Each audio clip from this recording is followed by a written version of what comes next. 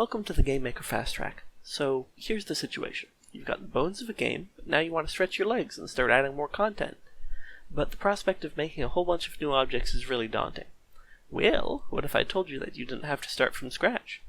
See, the true essence of code is trying to do as little work as possible, and like the kids of rich people, the most straightforward and morally dubious way to do that is with inheritance. Put simply, inheritance allows an object to inherit all of its code from a parent object. Once you've done that, you can make adjustments to the new object to make any kind of variant on the parent you like. Let's use this to make different kinds of bullets and enemies. First, we'll make some adjustments to the normal bullet. We'll give it a piercing variable, and destroy it when it hits walls or enemies if piercing is false. Now we can make the simplest possible child object, bullet piercing.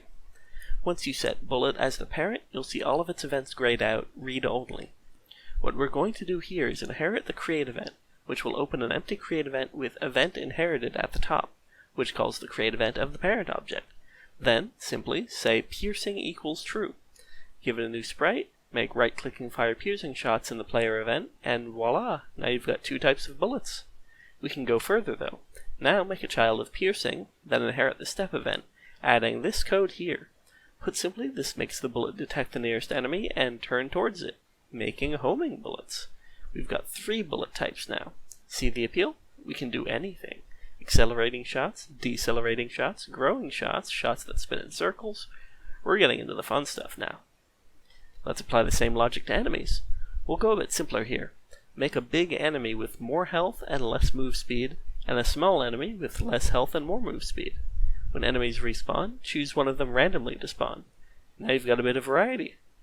Of course though, you could go further. Maybe some enemies jitter randomly or spin in place. You might wonder, how does all of our code referencing specific objects work with these new child objects with different names? Well, part of the magic of inheritance is that every child of an object is also considered to be one of those objects. Every big enemy and small enemy is still an enemy, and every kind of bullet is still a bullet. Inheritance is powerful and useful, and with what you've learned already, you already have the skills to make a simple arcade game. But this is only the beginning of the fast track. Soon, you'll learn something I wish I'd learned years earlier than I did.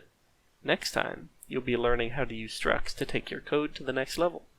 See you then!